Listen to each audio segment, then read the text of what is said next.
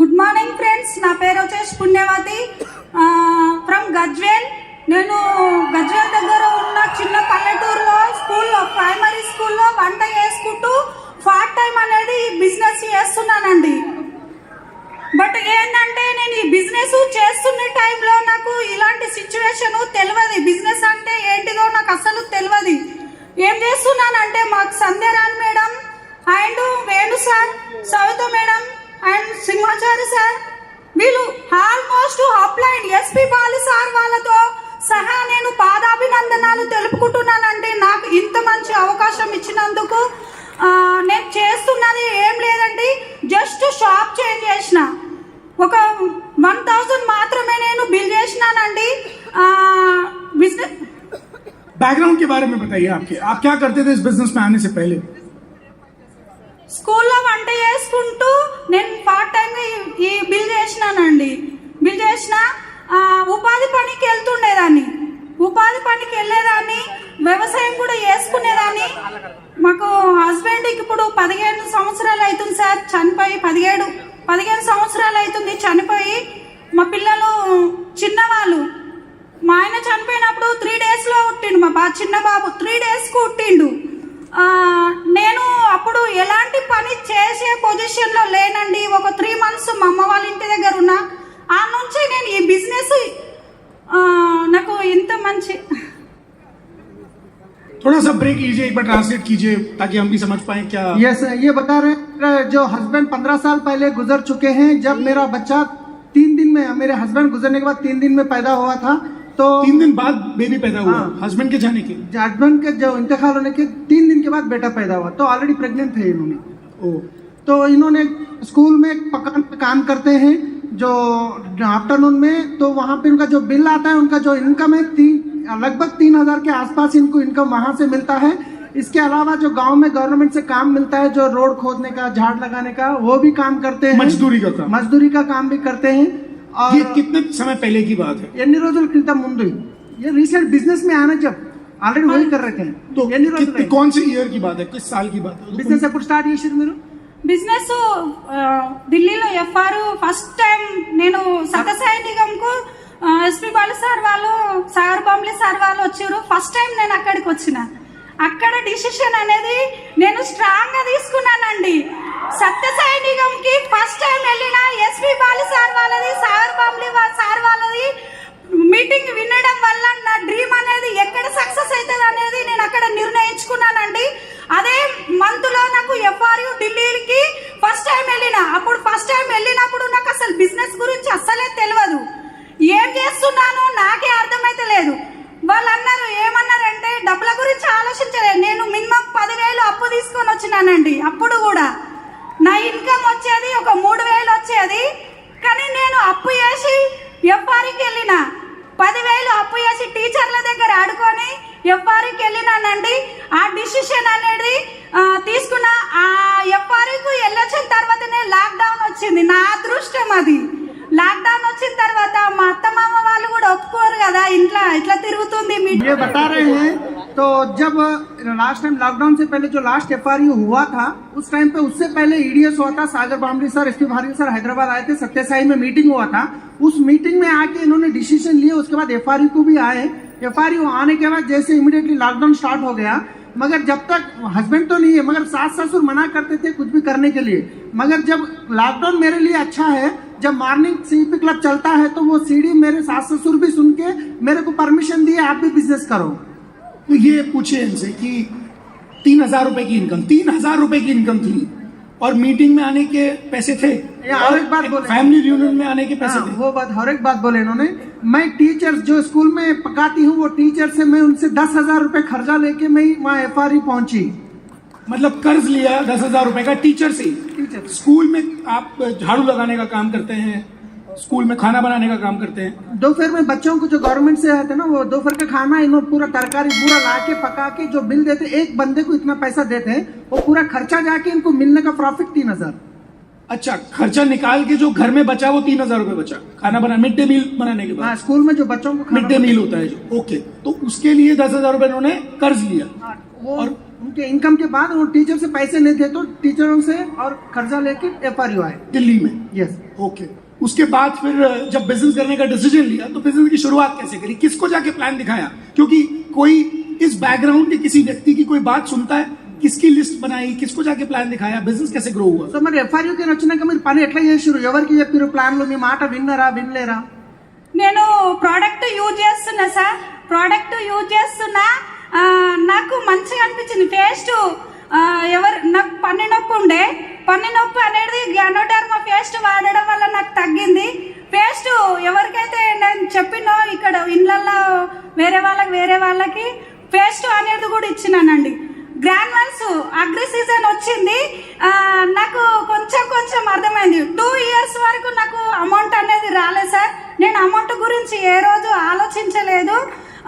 నేను ఆ డబ్బుల గురించి ఎట్లా ఆలోచించలేదంటే ఆ ఎఫ్ఆర్యూల డిసిషన్ అనేది వీళ్ళ రికగ్నిషన్ అనేది వాళ్ళ అందరిది చూసిన కాబట్టి డబ్బుల గురించి ఆలోచించలేదండి. నేను ఖచ్చితంగా చేస్తా. గ్రాన్యువల్స్ ఏమైతుంది, పోతాయి డబ్బులు. ఒక చిట్ వేసుకుంటున్నాను అనుకున్నానండి, నెలకి 2000 3000 చిట్ వేసుకుంటున్నా. ఆ చిట్టి సంవత్సరం వరకు ఎంత అవుతుంది? ఒక నెలకి 3000 మనం బిల్లు చేస్తే సంవత్సరానికి ఎంత అవుతుంది మనకు కౌంట్ చేసుకున్నా. అది నేను సంవత్సరం వరకు ఒక లెవెల్లో ఉండాలని కోరుకున్నానండి. ఆ అమౌంట్ వచ్చిందంటే నేను ఆ డిసిషన్ తీసుకున్నా. సిల్వర్లో బ్రాంజ్ డైరెక్టర్ అయిన మంత్లోనే గోవాకి క్వాలిఫై అయినానండి. पहली बार जब पेस्ट यूज करे थे, गैनो पेस्ट यूज करते, दांत में दर्द था, वो दांत में दर्द भी चले गया. मगर उसके बाद इन्होंने ग्रैन्युअल्स लेके कस्टमरों को देते थे. मगर इन्होंने, मैं एक्सपायरी आने के बाद 2 साल तक मेरे को पैसा नहीं आया. मगर मैं क्या सोचती थी, अगर महीना 3000 रुपए की अगर चिट्ठी डालती हूँ मैं, तो 1 साल का कितना होगा? मैं एक चिट्ठी डाल रही समझ के प्रोडक्ट परचेज करती हूँ. चिट्ठी डाल रही बोल के प्रोडक्ट परचेज. चिट्ठी का मतलब क्या होता है? 20 लोग हैं, वो महीना 3 हजार डालते हैं, वो 60,000 होता है. प्रोडक्ट ऐसा प्रोडक्ट खरीद रही हूँ ऐसा नहीं, मैं एक चिट्ठी डाल रही कमेटी में समझ के मैं प्रोडक्ट परचेज कर रही. मगर उसके बाद मैं जैसा सिल्वर बनी गोवा भी क्वालिफाई हो चुके थे इन्होंने. तो ये मतलब इन्होंने फैमिली भी रिटर्न किया और उसके बाद लॉकडाउन लग गया. हाँ, जैसे एफआरयू आते हैं लॉकडाउन 17 दिन बाद लग गया था लॉकडाउन. यहाँ तो फिर इन्होंने बिजनेस कैसे बिल्ड किया? घर से बाहर तो निकल नहीं सकते थे. ऑनलाइन क्या इनके पास, उनको जूम बूम आता था उस समय, कैसे बिजनेस बिल्ड किया? మరి లాక్డౌన్ కి రాగానే మీకు ఎట్లా బిజినెస్ చేసిరు? మీరు మీకైతే మీకు జూమ్ గిన్ తెలుసా తెలియదా?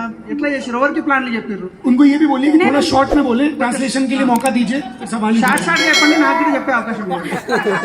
నేను బిజినెస్ అనేది అసలు నాకు అస్సలే తెలియదు సార్. నేను మార్నింగ్ సీడ్ వింటున్నా, వేరే వాళ్ళకి ట్రాన్స్లేట్ చేస్తున్నా, కానీ బిజినెస్ గురించి అస్సలే తెలియదు. అమౌంట్ వస్తుంది అన్న నమ్మకంతో మాత్రం స్ట్రాంగ్ డిసిషన్ తీసుకున్నా. గ్రాన్యువల్స్ ఇచ్చిన నేను ఎవరెవరికి చెప్పిన అంటే మా తమ్మునికి చెప్పిన, మా ఫ్యామిలీలో చాలా మందికి చెప్పినానండి. అందరూ నో అన్నారు. నో ప్రాబ్లం, నో అన్న వాళ్ళని పక్కకు పెట్టేసిన. ఎవరైతే డిసిషన్ తీసుకుంటారో, పరశురామ్ సారు సిద్దిపేటలో ఉంటాడు, ఆ సార్కి చెప్పిన, ఆ సారు బిల్ చేస్తుండు. ఇక వాళ్ళు స్టార్ట్ చేసిర్రు. నో అన్నది నెక్స్ట్ టైం వచ్చింది.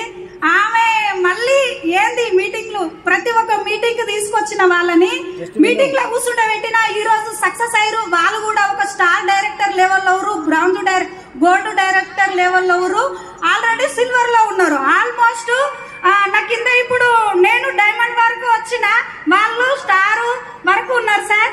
ఖచ్చితంగా నేను ఇంటింటికి నేను ఒక గ్రాన్యువల్స్ మాత్రము, మాకు ఆటోలు అనేది, బస్సు వెహికల్ అనేది ఉంటది, నెత్తి మీద పెట్టుకొని వెళ్ళేదాన్ని ఆటో లేకపోతే పొలం.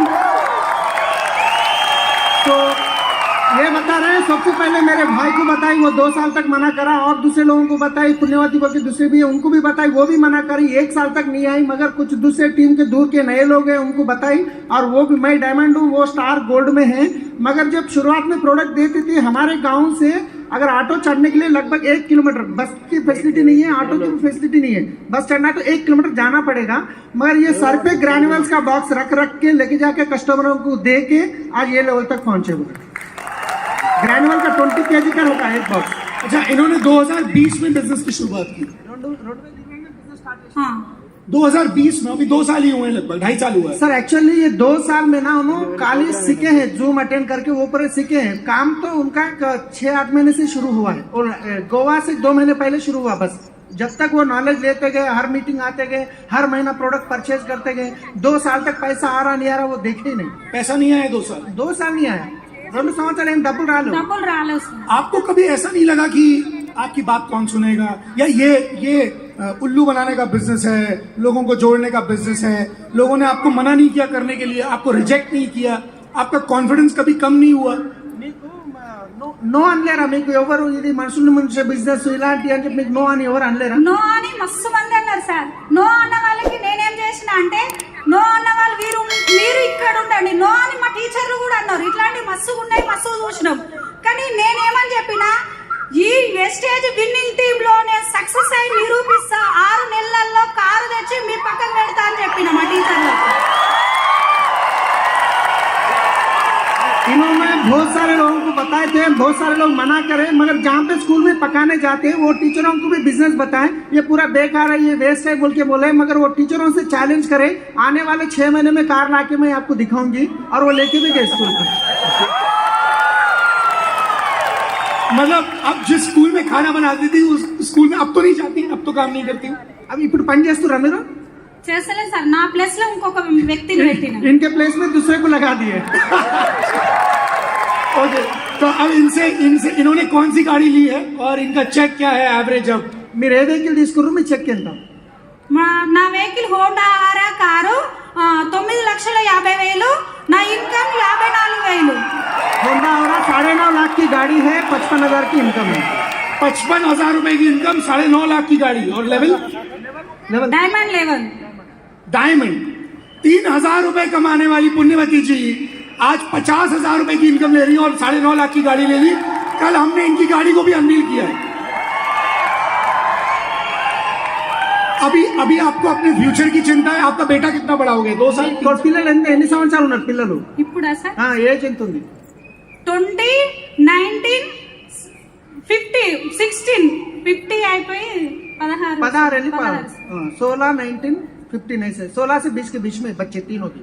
మా 3 పాప बच्चे. 3 बच्चे हैं, बेटी की शादी कर चुके हैं. अच्छा, बेटी की शादी भी हो गई है. మన్మరాలు సార్. బేబీ మొన్న ఢిల్లీకి నవాసి ఉంది. వచ్చినప్పుడు 10 days మా పాపను వదిలేసి డెలివరీ అయింది. 10 days అయిందండి. ఢిల్లీకి ఎఫ్ఆర్కి వెళ్ళే టైంకి 10 days పాపని సిజర్ అయింది, ఆపరేషన్ అయింది. మా అత్తమ్మని మా ఆడబిడ్డని బతిలాడిన, ఏడ్చిన, ఎట్లనన్నా చేసి నేను ఎఫ్ఆర్కి వెళ్ళాలి, నేను అక్కడ హైదరాబాద్ వాళ్ళ రికగ్నిషన్లు చూడాలి, నేను మెయిన్ ఇంపార్టెంట్, నేను ఒక జాబ్ చేస్తున్నా, ఆ జాబ్ లో నేను ఖచ్చితంగా ఈ డిసిషన్ తీసుకోవాలి, మీరు ఉండండి అని చెప్పి మా అత్తమ్మని మా ఆడబిడ్డని వాళ్ళందరినీ అడిగి నేను 10 days ఉన్న పాపని వదిలేసి ఎఫ్ఆర్కు ఢిల్లీకి వెళ్ళినానండి. ఢిల్లీకి వెళ్ళిన ఫస్ట్ డేనే నాకు నైట్ ఫోన్ వచ్చింది. ఏమని? మా మన్మరాలు బాగాలేదు, నువ్వు ఎందుకు పోయినావు అని మా అత్తమ్మ మా ఆడబిడ్డ ఊరోళ్ళందరూ తిట్టుకున్నాడే నన్ను. हमको भी हंसना है. తిట్టుకున్నోళ్ళే ఏమన్నా ఇస్తారా మనకు? తిట్టుకున్నోళ్ళు ఏమన్నా సాధిస్తారా? అది నేను ఒక స్ట్రాంగ్ డిసిషన్ తీసుకున్నానండి. తిట్టుకున్నోళ్ళు ఈ రోజు వెనక ఎగతాళి చేసే వాళ్ళు ఎవరు ఏమి ఇవ్వరండి. స్ట్రాంగ్ నిర్ణయం ఎవరైతే ఇక్కడ చేస్తారో వాళ్ళు డిసిషన్ అనేది ఇక్కడ నిరూపించుకోవాలండి. నేను అది నిరూపించుకుంటున్నానండి. ఇప్పుడు కూడా మా ఆడబిడ్డను మా అత్తమ్మను కూడా ఉంచేసి వచ్చినానండి. तो ये एफआरयू जाने से 10 दिन पहले इनकी जो लड़की की शादी करे थे, वो 10 दिन पहले उनकी डिलीवरी हुई. वो 10 दिन की बच्ची को छोड़ के, मतलब उनके सास ससुर भी मना कर रहे थे, और उनकी औरत बच्ची बोलते जो हस्बैंड की बहन, तो उनसे रिक्वेस्ट करके सास ससुर से पूछ के रो के मैं एफआरयू जाना है, हमारे लोगों की रिकग्निशन देखना है बोल के उनसे परमिशन लेके 10 दिन की बच्ची को छोड़ के जब एफआरयू आए, आते ही दूसरे दिन घर से कॉल आया, बच्ची को तबीयत खराब है, तुम क्यों ऐसा गए? लोग गाली दिए, गांव वाले भी उनको गाली दिए, मगर जो गाली देते हैं वो हमको कुछ करने वाले नहीं है, उनको हम करके दिखाना है, ये बोल रहे. अभी गांव वाले क्या बोलते हैं कि पुण्यवती जी लखपति हो गए? ఇప్పుడు ఊరోళ్ళు ఏమంటారు మిమ్మల్ని? పుణ్యవతి ఇప్పుడు ఏమన్నారు సార్? నేను డివిసిడి అయినప్పుడు వాళ్ళు నేను అనేది ఏంటనేది నిరూపించి చూపెడతా. ఇప్పుడు ఏమంటారు? కార్ తీసుకున్నారు కదా, ఇప్పుడు ఏమంటున్నారు? పుణ్యవతి లక్షాధికారి అయిపోయింది, మంచి డబ్బులు సంపాదిస్తుంది, కార్ తీసుకుందని. కార్ తీసుకొని ఊర్లోకి పోతే ఏమంటారు? ఏమని చెప్పాలా సార్? మా అల్లుడు మా వాళ్ళు అత్తగారు ఏమంటారు? 3 లక్షలు పెట్టి 9,50,000 కారు తీసుకుంది కానీ నాకు కట్నం ఇవ్వలేదని ఆలోచించి నన్ను అడుగుతుంది. ये बोल रहे हैं मैं जा रहे तो हमारे दामाद बोल रहे हैं मेरे को शादी करते हो तो मेरे को जो कटनम बोलते हैं पैसे नहीं दिए मगर आज तो 9:30 की गाड़ी लिए अभी पूछ रहे हैं ఇప్పుడు అడుగుతుర్రా కట్నం ఇప్పుడు కాదు సార్, ఇంకొక ఒక ఒక 2 సంవత్సరాలు ఆగురి మీకు డబ్బులు ఇస్తానని చెప్పిన నేను. उनको दामाद को बोले 2 साल रुको आपको मैं डबल दिला के देंगी बोल के बोले. तो दामाद को चैलेंज कर दिया है. अच्छा, तो ये गाड़ी चलानी आती है? బండి నడపనికి వస్తుందా? రాదు సార్ నాకు. गाड़ी चलानी नहीं आती है?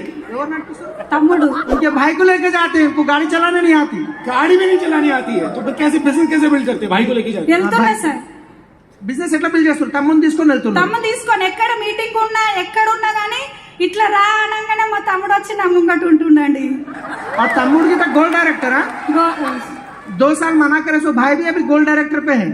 अच्छा, भाई भी आ गए हैं. भाई भी आगे उन्होंने यहाँ पे कितनी लेडीज हैं? एक बार हाथ खड़ा करेंगे प्लीज. अभी कोई बहाना है आपके पास खुद ये बिजनेस नहीं करने का और अपने हस्बैंड को सपोर्ट नहीं करने का? जब एक सिंगल मदर काम करके सिर्फ 2 साल 2.5 साल के अंदर, जिसमें से बता रहे हैं कि 2 साल तो काम भी नहीं किया, 6 महीने की सक्सेस है, उसमें एक गाड़ी आ सकती है, 50,000 का चेक आ सकता है, वो भी कहां से कहां तक. मुझे नहीं लगता कोई और बहाना है. Thank you so much Punyavathi ji. Great sir. నా అప్లైన్ మా అప్లైన్ కొన్ని పేర్లు తీసుకుంటా sir. Great Bharath and Sandhya madam, Simhachari sir and మా తమ్ముడు బాను, నాకు వీళ్ళందరికీ హెల్ప్ చేయడం వల్ల నేను ఇంకా చాలా ముందుకు వెళ్తున్నానండి.